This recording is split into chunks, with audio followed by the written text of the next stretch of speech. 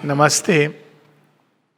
तो प्रश्न है कि भगवान का, डिवाइन का एक इम्पर्सनल साइड है और एक पर्सनल साइड है, निर्वैयक्तिक और व्यक्तिगत।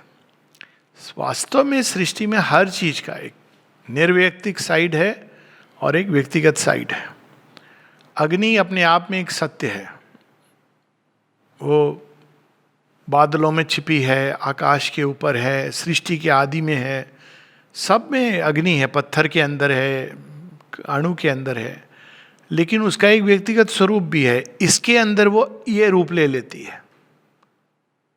टेबल लैंप के अंदर वो एक रूप में जलती है और वो टेबल लैंप के अनुरूप हो जाता है। वही अग्नि जब सूर्य में जलती है तो वो अपने मानव मूल स्वरूप में जल रही है। वही अग्नि जब चंद्रमा में जलती है तो तुम्हें शीतलता देती है। वही अग्नि जब हमारे कामनाओं में जलती है तो हमें परेशान करती है। जब भूख बन के आ जाती है तो वो भक्षण की चाह जागती है। वही अग्नि जब मन के अंदर जलती है तो रिलेंटलेस सीकिंग जाग जाती है। वही अग्नि जब चैत्य में जलती है तो अभिप्सा बन जाती है। ठीक है, तो हर चीज का एक इम्पर्सनल सत्य है और एक व्यक्तिगत साइड है। इलेक्ट्रिसिटी है, विद्युत है। विद्युत के कण अंतरिक्ष में मौजूद हैं, पर विद्युत के कण अंतरिक्ष में मौजूद है, ये एक ऐसा सत्य है जिसका प्रैक्टिकल एप्लीकेशन कुछ नहीं है, अनलेस आप कोई तरीका अपनाओ जिससे उन कणों को आप पर्सनल लेवल पे लाके प्रकट कर सको। तो वैसे ही डिवाइन का एक इम्पर्सनल साइड है जो सारी सृष्टि में समाहित है, विद्युत के कण की तरह, अग्नि की तरह, हर चीज के अंदर है। लेकिन वैसे ही उन्हीं का एक पर्सनल साइड है जो डिपेंडिंग ऑन जो पात्र है, जो व्यक्ति है, जो देश और काल की सीमा है, युग की जो धर्म है, उसके अनुरूप अपने आप को प्रकट करते हैं।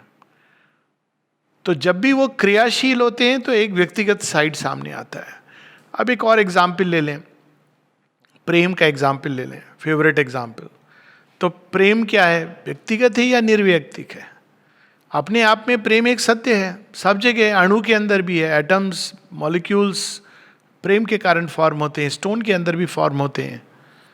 स्टार्स को प्रेम ने ही वीव करके दिया गया है। पर ह्यूमन बीइंग्स, जब आप अपने बच्चे को प्रेम करते हो, अपने माता पिता को प्रेम करते हो, अपने फ्रेंड को प्रेम करते हो, राष्ट्र को प्रेम करते हो, भगवान को प्रेम करते हो, तो ये सब क्या है? उसी एक प्रेम के अलग अलग रूप हैं। तो व्यक्तिगत हो गया, है ना? वही प्रेम है, अलग नहीं है, एक ही सत्य है। लेकिन उसके रूप देखिए, तो जब वो रूप धारण करता है, डायरेक्ट होता है, किसी एक सीमित करता है अपने आप को, या अपने आप को मैनिफेस्ट करता है एक रूप में, सीमित भी नहीं करता है, उसी इंटेंसिटी से करेगा। एक माँ जब अपने बच्चे को प्रेम करती है तो उसी इंटेंसिटी से करती है। जब वो, अगर वही माँ अपने उस प्रेम को राष्ट्र के प्रेम में लगा दे तो अद्भुत हो जाएगा वो। तो वही प्रेम है, लेकिन उसके अलग अलग, जब वो पर्सनल रिलेशन में उतरते हैं हम संसार में, तो वही प्रेम एक व्यक्तिगत रूप ले लेता है। और हर चीज के साथ ऐसा है। ज्ञान, अपने आप में ज्ञान क्या है? ज्ञान वो सत्य है जो सारी सृष्टि के अंदर समाहित है। इसीलिए आप देखेंगे कि हर चीज एक सत्य, हर चीज के अंदर सत्य है जिसको वैज्ञानिक ढूंढते हैं। अच्छा, इसका सत्य क्या है? कहते हैं ना, क्यों सत्य को ढूंढते हैं? सत्य है उसके अंदर, लेकिन वो मैटर के लेवल पर मैटर के रूप में है, प्राण के अंदर प्राण के रूप में है। वही तो स्टोरी है ना, ब्रह्म। तो ब्रह्मन अन्नम ब्रह्मेति, प्राणम ब्रह्मेति, मनो ब्रह्मेति, विज्ञानम ब्रह्मेति, आनंदम ब्रह्मेति। हर लेवल पर वो अपने आप को प्रकट करता है उस चीज के अनुरूप। तो एक उसका इम्पर्सनल साइड है, एक पर्सनल साइड है। आप तो ज्ञान है, अब ज्ञान हो गया, प्रेम हो गया, क्रिया हो गई। क्रिया क्या है? अपने आप में it is the expression of energy, energy of motion. लेकिन वो थॉट में एक रूप लेती है, फिजिकल एक्शन में दूसरा रूप लेती है, स्पीच में तीसरा रूप लेती है, श्वास लेते हो तो चौथा रूप लेती है। वही पावर है। सो ये इसलिए जरूरी है इम्पर्सनल और पर्सनल दोनों को समझना। इम्पर्सनल सत्य को जानने से हम चीज़ों की वननेस में प्रवेश करते हैं, और ये वननेस बहुत जरूरी है हमको लिबरेट करने के लिए अज्ञान से।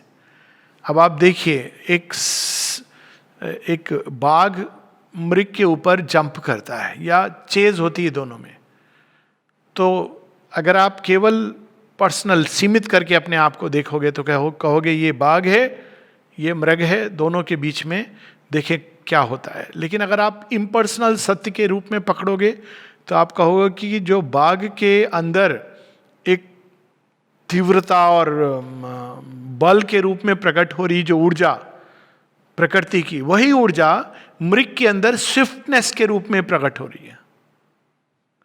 दो नहीं है, एक ही है, दो रूप लेकर के एक दूसरे से। सो प्रकृति उसके अंदर, प्रकृति इसके अंदर अपना खेल खेल रही। तब आपको क्या होगा, जब इम्पर्सनल बैकग्राउंड में रहेगा तो वो आपको खेल दिखाई देगा, क्योंकि आपको पता है कि ये दो नहीं हो रहा है, एक ही है।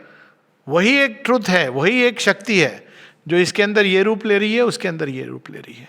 कहीं छिपी हुई है, कहीं प्रत्यक्ष है, कहीं वो ज़्यादा डिग्री में मैनिफेस्टेड है, कहीं वो कम डिग्री में मैनिफेस्टेड है। बस इतना पता चलेगा। तो डिवाइन का केवल पर्सनल साइड पकड़ोगे तो समस्या ये होगी, माँ मुझे बहुत प्यार करती हैं, उसको नहीं करती हैं, होगी ना प्रॉब्लम। माँ सारी सृष्टि में प्रेम बनकर समाहित है, उसमें भी प्रॉब्लम है। माँ का मेरे साथ क्या रिलेशन है? कई लोग करते हैं ना, divine mother is like what they call as divine mother is the energy in the Cosmos.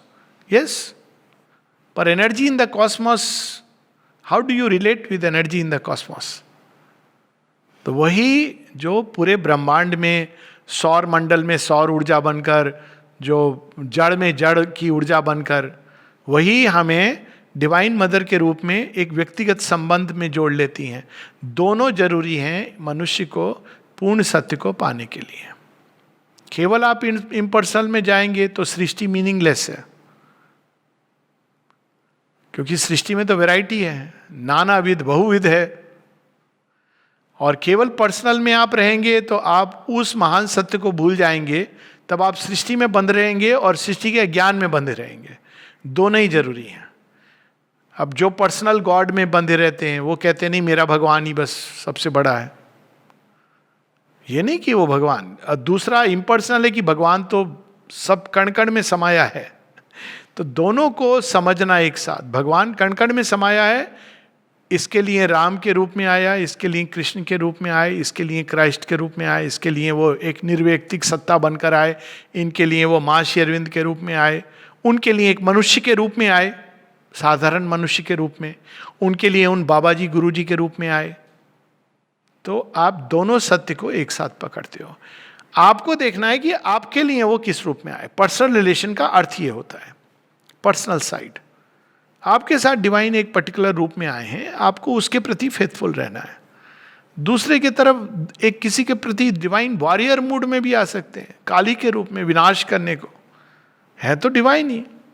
अब वो जैसा उसको संबंध जोड़ना था, वो भगवान से युद्ध चाहता था रेसलर का, तो भगवान बोले मैं रेसलर बन के आ जाता हूं। अच्छी बात है, बात तो एक ही है ना, आपकी ईगो का विनाश होगा। आपको युद्ध चाहिए भगवान से, आप युद्ध कर, कुछ लोग होते हैं लड़ते रहते हैं किसी ना किसी बात पर, भगवान ऐसा है वैसा है, एक दिन वो आ जाता है, चल हो जाए दो दो हाथ, तो वो पर्सनल साइड हुआ वो भी। लेकिन जब आप दोनों को एक साथ देखते हो तो देखते हो कि वो प्रेम है। लेकिन जब आप भूल जाते हो इस बैकग्राउंड को, तब आप कहते हो भगवान ने ऐसा क्यों किया, राम जी ने बाली को ऐसे क्यों मारा, रावण को ये क्या गलत कर रहा था, उसने तो कुछ नहीं किया था जिंदगी में, अपना एक एम्पायर था, एक नारी का अपहरण किया था, बस इसके लिए इतनी बड़ी सजा। ये सोच है ना, लेकिन ये स्टोरी नहीं है, स्टोरी भूल गया। इसीलिए एक पिक्चर बनी थी ना तमिलनाडु में रावण, तो उसने तो मिस कर दिया ना रियल चीज को। रियल चीज क्या है, राम क्यों आए थे रावण के पास, क्योंकि रावण एक समय राम का भक्त था, तो भगवान आए थे। माता सीता क्यों गई थी उनके साथ उसके लंका में, कि उसको बदलें, वो माँ है, माँ का प्रेम लेके गई थी। तो जब, लेकिन इस रूप में क्यों गई, क्योंकि रावण इस रूप में उनको प्रेम करता था कि वो असहाय नारी में उनको ले जाऊंगा। तो माँ ने कहा चल मैं असहाय नारी बन के चलती हूँ और तुझे दिखाऊंगी असहाय नारी क्या कर सकती है। तो उन्होंने ये रूप ले लिया। सेम चीज दुर्गा पूजा हो रही है, महिषासुर ने कहा मैं आपसे विवाह करना चाहती हूँ, आप संसार की परम सुंदरी हो। तो कहती है हाँ ठीक है, विवाह करना है, हाँ मेरी एक शर्त है। क्या शर्त है? मुझे हरा दे तो युद्ध में, विवाह कर ले। तो कहता है हराने के लिए मेरी क्या जरूरत है। भेज दिया, चंड मुंड जितने भी थे सारे खत्म हो गए। लास्ट में वो कहता है ये कौन है जिन्होंने इनको मार डाला। तब वो आता है, तो ये नहीं, वो भी प्रेम, प्रेम है ना, मैं विवाह करना चाहता हूं, लेकिन कैसा प्रेम है? महाविकृत प्रेम है वो, मैं पजेस करना चाहता हूं आपको। असुर के रूप में उसने प्रेम किया। असुर भी प्रेम करता है, लेकिन असुर के रूप में पजेस करना चाहता है, डोमिनेट करना चाहता है। तो भगवान कहते चल तो फिर ट्राई कर मुझे डोमिनेट करने की, पजेस करने की, try it, if you succeed fine. तो जब आप ऐसे देखते हैं तो देखिए कहानी में एक डिलाइट आ रहा है ना, मजा आ रहा है उसमें। नहीं तो आप द्वंद्व उसमें, महिषासुर था ये किया, उन्होंने आई त्रिशूल डाल करके उसका हनन कर दिया, फिर वो जो लेफ्टिस्ट हैं वो उस पर हंगामा करेंगे, दलित था महिषासुर उसको मार डाला। ये एलिटिस्ट कल्चर है, क्योंकि उनको समझ नहीं आ रही स्टोरी नहीं समझ आ रही। फिर कुछ दूसरे होंगे जो सोशलिस्ट हैं, वो कहेंगे नहीं इसमें देखो महिला का सम्मान है, नारी कितनी पावरफुल है। अरे ये सब है, पर रियल स्टोरी के तत्व को समझो। वो प्रेम जो महिषासुर के अंदर विकृत प्रेम है, वो विकृत प्रेम को माने शुद्ध किया आपने स्पर्श के द्वारा। और जब उन्होंने अपने, वो रेसलिंग का एम्ब्रेस चाहता था तो माँ रेसलर के रूप में गई। अब जब उसका फॉर्म नष्ट हुआ तो वो प्रेम कहाँ गया? माँ ने अपने अंदर सोख लिया, तो क्या हुआ? यूनियन हुई ना। यही तो प्रेम सीख करता है। अब आप इसको मिस्टिक सेंस में समझोगे तो ये स्टोरी का अलग रूप, मिस्टिक सेंस में देखोगे तो आप कहोगे देखो महिषासुर के लिए भी होप है, उसके लिए भी माँ चली आती हैं, उसको भी हम जिसको कहते हैं वध, वो वध नहीं कर रही हैं, उसको अपने अंदर आत्मसात कर रही हैं, क्योंकि वो तो प्रेम करती हैं। माँ काली का प्रेम तब समझ आएगा कि वो निमुंड मालिनी क्या ईगो को खत्म कर रही हैं। तो जो इसको समझ जाता है कि ये प्रेम ही है, तो नतमस्तक होके कहेगा माँ ले लो प्लीज, ये शीश मुंड को बलि चढ़ाना है। असुर होगा, कहेगा कि कैसे, how dare, I will fight. Shri Aurobindo का वो एफरिज्म आया था ना कि वो 4 strides of Kali, that is what it is. वो प्रेम करता है। वो स्टार्ट कहां से करते हैं श्री अरविंद? प्रेम के साथ। He loved her in the heart and the body. लेकिन आप हार्ट और बॉडी से पजेस नहीं कर सकते हो, soul element has to be there, deeper truth वो नहीं है उसके अंदर। तो खेल खेलती हैं, कहती चल तू कितना मुझे खींच सकता है इससे, कितनी देर तक बांधेगा। लास्ट में she slays him because she realises कि वो प्रयास जो कर रहा है उसके पीछे वो एफर्ट, आसुरिक एफर्ट है। ए पॉइंट कम जब वो स्ले करके उसको अपने अंदर आत्मसात कर लेती है। यानी आप जिस भी रास्ते से जाएं, माने ऐसी कुछ उस पर दिया ना कि whatever form you go ultimately the ego will be destroyed by the divine. That is the whole process. तो जब हम चीज़ों को एकत्व से देखते हैं, इम्पर्सनल से देखते हैं, तो बहुत सुंदर होता है। इस एफोरिज्म को हम लोग पढ़ लें, फिर समाप्त कर देंगे। If you take out quickly. So वही माँ दुर्गा जो महिषासुर के पास 10 प्रहरण धारिणी के रूप में आई है, वही माँ दुर्गा ग्रीक्स को पैलेस एथनी के रूप में दिखाई देती थी। माँ कहती है, श्री अरविंद कहते हैं, here Durga there Pallas Athene, here Maheshwari there Pallas Athene. वही माँ दुर्गा वर्जिन मैरी के रूप में आएंगी किसी के पास।